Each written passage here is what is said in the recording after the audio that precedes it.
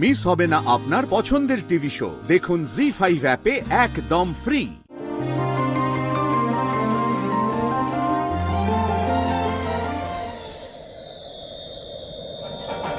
पहली पहली बार मिलाता है यही, सीने में फिर आग लगाता है, धीरे धीरे प्यार सिखाता है यही, हंसाता है यही, यही रुलाता है। ও মা কালী গো, ফুলকি দাসকে বাস্তবে ফিরিয়ে আনো। কাল থেকে তো অন্য দুনিয়ায় ফিরতে হবে। ট্রেনিং, ম্যাচ, বক্সিং সবকিছু তো মন দিতে হবে তো। স্যারের বদনামও ঘোচাতে হবে। এর মধ্যে ফুলকি দাসের কি হলো? স্বপ্নটাকে তো ভুলতেই পারছে না।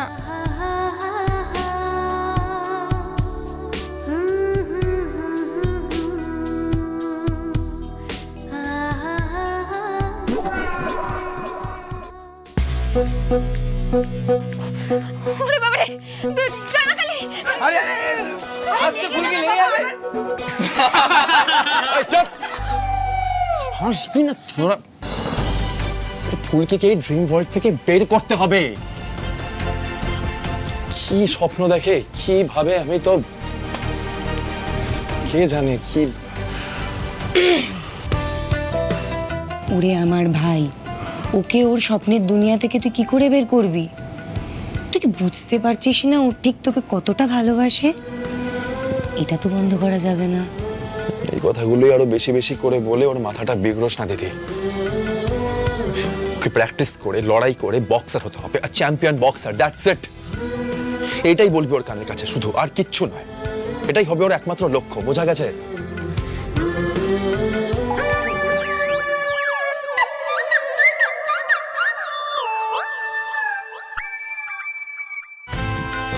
এরাও সব হয়েছে।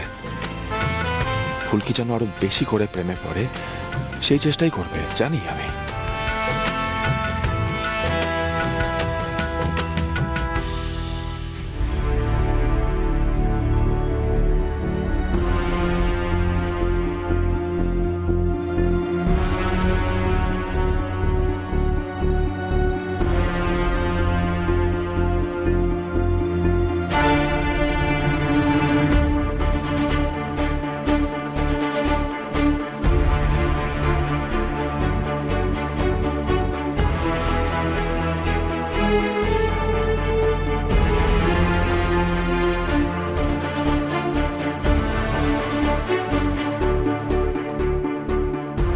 सर कोई गलतफहमी हो रहा है।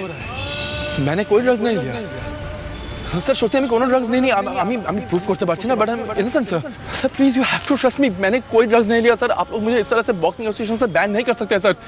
मैंने कभी कोई ड्रग्स नहीं लिया sir. I swear on God. Mister Rohit, आपका ব্লাড স্যাম্পল हमने बहुत बार টেস্ট किया है। আরে রোহিত, তোমাকে কতবার বোঝাতে হবে যে আমরা যা করছি সব প্রমাণের উপর নির্ভর করেই তো করছি। বাংলার নাম তো তুমি ডুবিয়ে ফেলেছো। দেশের মুখে চুনকালি লেপে দিয়ে আবার বড় বড় কথা হচ্ছে। এই সিকিউরিটি, এই ছেলেটাকে ঘাট ধাক্কা দিয়ে এক্ষুনি বের করো। চলো আও আও। স্যার আমার কথা একবার শুনুন স্যার। আমি ড্রাগস নিইনি কোনোদিন স্যার। স্যার আমি ড্রাগস নিই না স্যার। আমি ছাড়ুন একবার।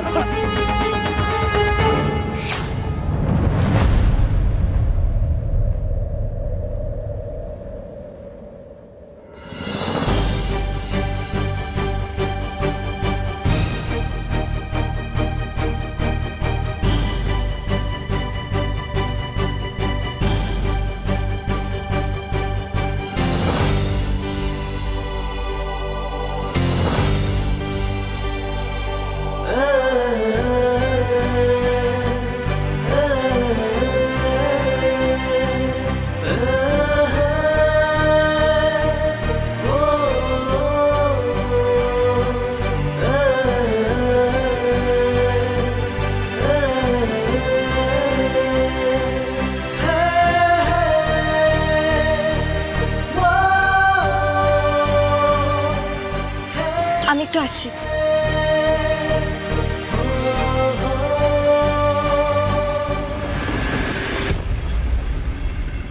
স্যার, আপনি ঠিক আছেন তো?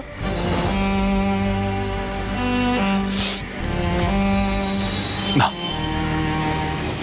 একদম ঠিক নেই। আমি একদম ঠিক নেই। যবে থেকে দিল্লি আসার কথা শুরু হয়েছে তবে থেকে আমি ঠিক থাকতে পারছি না। তোমার কাছে কিছু লোকবো না বলকি, আমি এখানেই না আমার জীবনটা পুরো শেষ হয়ে গেছে বলকি। আমার আমার স্বপ্ন, আমার বক্সিং ক্যারিয়ার সব কিছু শেষ হয়ে গেছে এই জায়গায়। এমন একটা কলঙ্ক আমার অংশ হয়ে গেছে যেটা কাটানো অসম্ভব। সব শেষ হয়ে গেছে বলকি আমার এইখানে। মিথ্যে অভিযোগ, হারানো সম্মান নিয়ে মাথা নিচু করে বাড়ি ফিরেছিলাম আমি এইখান থেকে।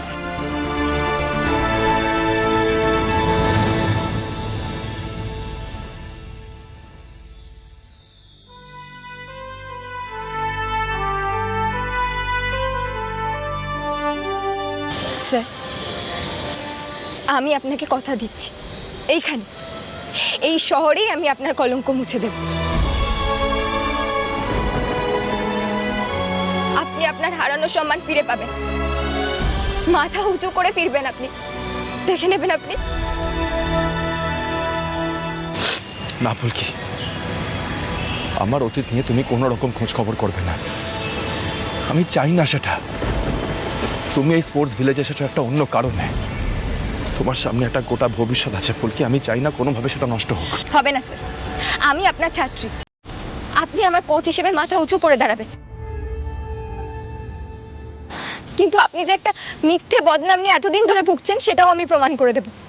এখানকার সবাই আপনাকে সম্মানিত করবে, দেখবেন আপনি। বলকি, আমি মুহূর্তের জন্য ইমোশনাল হয়ে গিয়েছিলাম, ইমোশনাল হয়ে আমি কথাগুলো তোমাকে বলে ফেলেছি। কিন্তু তুমি যদি এইগুলো নিয়ে কোনো রকম খোঁজ খবর করো তাহলে কিন্তু আমি দিল্লি ছেড়ে চলে যাব। ওকে? আর বলবো না কথাটা, একবার বললাম, কথাটা কিন্তু মনে রাখবে।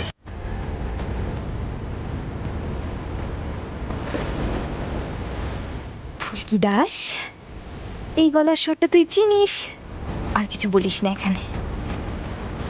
আচ্ছা ঠিক আছে স্যার, আপনি যখন বারণ করছেন আমি কোনো খোঁজ খবর নেব না। আমি মন দিয়ে প্রীতি ম্যাচের জন্য প্রস্তুতি নেব আর ট্রেনিং করব, তাহলে হবে তো স্যার? শুধু আপনি এত রেগে যাবেন না তো, আমার ভয় একেবারে বুকটা শুকিয়ে যায়। যাও গিয়ে লাইনটা দাও, এটার নাম রেজিস্টার করাও। যাও, আমাকে নিয়ে তো ভাবতে হবে না, লাইনটা কতটা এগিয়ে গেছে দেখো। যাও।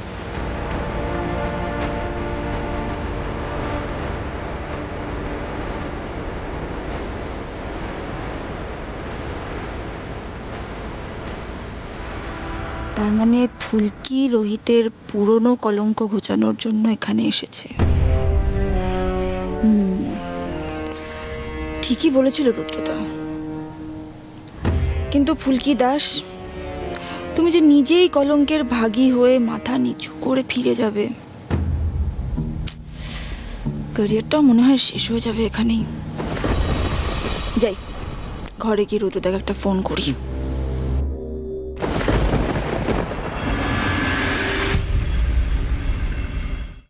জি5 ডাউনলোড করুন আর সব এপিসোড দেখুন একদম ফ্রি।